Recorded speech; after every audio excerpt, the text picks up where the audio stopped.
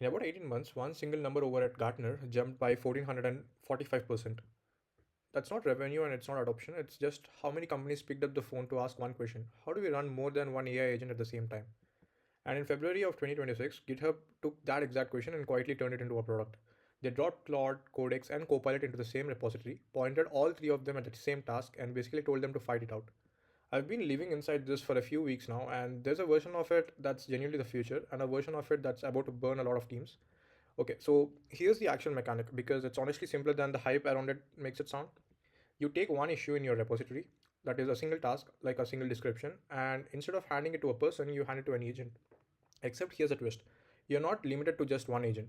You can give the same issue to Copilot, or you can give it to Claude, or you can give it to Codex. Or, and this is the part that actually matters, you hand it to all three of them at the very same time. Each one spins up its own, reads through your code base, and starts working the problem in parallel. And a few minutes later, each agent quietly hands you back its own draft pull request. So now you're sitting there comparing them side by side, like three candidates who all took the exact same take home test. You keep the one you like the best, you drop the comment with an at mention, and that agent goes straight back and revises it. Every single run costs you exactly one premium request, and all of it lives right inside GitHub. No new tab, no copy paste, no lost context. Now, on the surface, all of that just sounds like a convenient way to test robots against each other. But if you step back for a second, it's the exact same story we've already lived through with backend architecture. We spent years building monoliths, that is, one giant application that tried to do absolutely everything under one roof. And eventually, those got so big and so tangled that we broke them apart into microservices, each one small and focused and really good at a single job. The agent world is going through the exact same split right now, just about 15 years later. So, for a couple of years there, the dream was one God model, a single agent you would hand every tool and every instruction and just hope it coped. But that one agent starts to choke, and it chokes for really predictable reasons. Every tool and every piece of context is fighting for room inside the same window, so the thing actually gets slower and dumber the more you pile onto it. And that 1400% spike I opened the video with is really just the whole industry running into this wall at the same moment. So the actual pitch behind running three agents together is, when you look at it, it's pretty elegant. The core idea is that these models genuinely don't think the same way, and the difference is a feature and not a bug. The argument people make is that Claude tends to be strong on context and architecture. That is, a big picture, how should this be shaped kind of a thinking. And Codex tends to be sharp at clean, direct implementation, like actually sitting down and writing the thing well. And Copilot's been trained on such an enormous pile of public repositories that it's great at pattern matching whatever usually comes next. Now, I would take those exact labels with a grain of salt because they genuinely reshuffle with every single model release. But the underlying bet still holds. Run them in parallel, and their weak spots tend to cancel out while their strong spots stack up. One of them catches the ugly edge case that the other two walk straight past. And this right here is really the entire idea compressed into a single frame. One issue goes in at the very top. It fans out to three different minds, all working the problem at the same time. Each one of them comes back with a complete reviewable attempt of its own.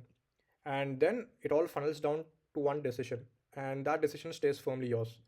GitHub isn't picking the winner for you, it's just built the arena and handed you the judge's seat. Alright, so that's the shiny version. Now, I want to be straight with you about the parts that never make it to the launch post. First up, that 1400% number is measuring curiosity and not success. It's counting companies asking about multi agent systems, and the gap between asking about one and actually running one in production is absolutely enormous. Second, and this one surprises people, that is, more agents is not automatically better.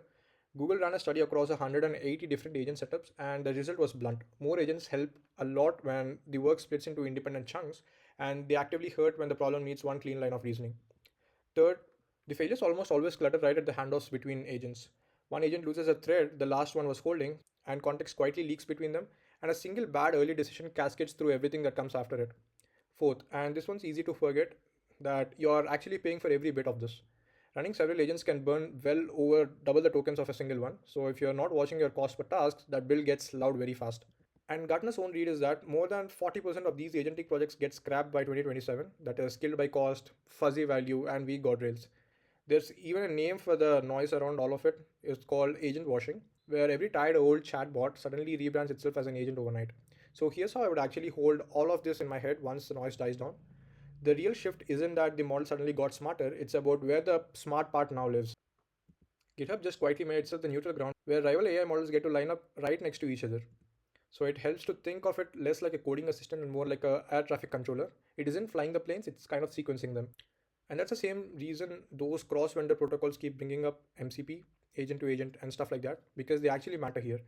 They are the shared language that lets an agent from one company hand work off to an agent from another without the whole thing quietly falling apart. And honestly, the advice underneath all of it is quite boring and completely correct as well. You start with a single agent. You only reach for a second or a third one when you've got a concrete reason, like real parallel work, a different model size, a genuinely separate job. Reaching for multi agent just to feel modern is exactly how you end up in that 40% pile of cancelled projects.